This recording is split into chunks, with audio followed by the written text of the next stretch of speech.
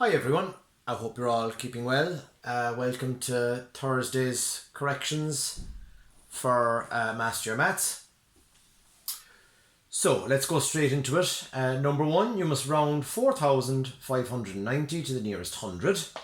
So if we have a look here, obviously the hundreds is where the 5 is, and the 90 is the number that's going to help you out. So obviously if it's 90 here, you're going to round up.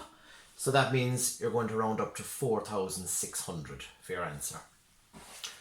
Question 2. Share 45 euros among 10 people. Each person gets how much money? So if you divide 45 by 10, all you have to do is you move the decimal point one place to the left, and that means you end up with €4.50 each. So dividing any decimal number by 10, you just move the decimal point one place to the left, and that gives you €4.50. Question 3. Write the number that is 340 more than 650. So that means that you're going to have to add. So you add 340 to 650, and when you do that, you end up with 990.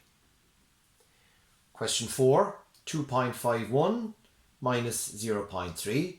So when you write it out as a sum, you have 2.51 on the top line and you have 0.30 on the bottom line. And then you have a normal subtraction sum and you end up with 2.21 for your answer. Question 5 is next. You have brackets here. So you have 6 multiplied by 10 in brackets minus 2 multiplied by 10 equals what? So if we do the brackets first here, 6 multiplied by 10 is 60. And 2 multiplied by 10 is 20, and then you end up with 60 minus 20, your answer is 40. Question 6, 8 multiplied by 10 in brackets, divided by 4 multiplied by 10. So 8 multiplied by 10 anyway, first of all, 8 by 10 is 80, and 4 multiplied by 10 is 40. And it's a division sum. So 80 divided by 40, in other words, how many 40s can you divide into 80? And the answer is 2. Question 7, what decimal fraction is coloured? So I can see here that it's 100 square, and out of the 100 square, 99 squares are coloured in orange. There's only one of them blank. So that means that as a decimal, 0.99 of the square is coloured in. 0.99. Question 8, 16 multiplied by 100. Well, that's an easy one. I think you all know at this stage. When you multiply any number by 100, all you have to do is add 2 zeros to the number. So that means you end up with 1,600 for your answer there. Question 9, you must write the date, the 27th of October 2013. So if you're writing it in the date format, it's going to be 27, first of all, for the actual date. You've your slash here then.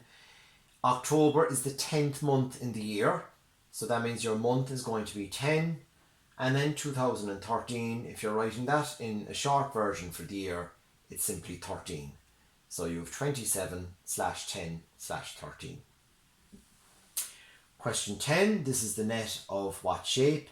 So if you were to close up the net there, you end up with this shape. And of course, this shape here is a cube. So you end up with a cube. Question 11. Find the difference from 10:10 up to 1 o'clock. So that's straightforward enough. If we count from 10:10 up to the next hour, first of all. So let's go from 10:10 up to 11 o'clock.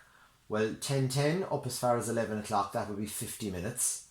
And then if you count from 11 o'clock until 1 o'clock, that's 2 hours. So the gap there is 2 hours and 50 minutes.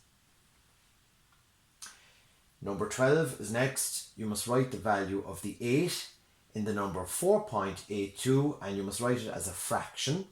So 4.82, if I'm looking at the 8 here, that is 0.8. And of course, 0.8 is the same as saying 8 tenths. So 8 tenths is your answer there.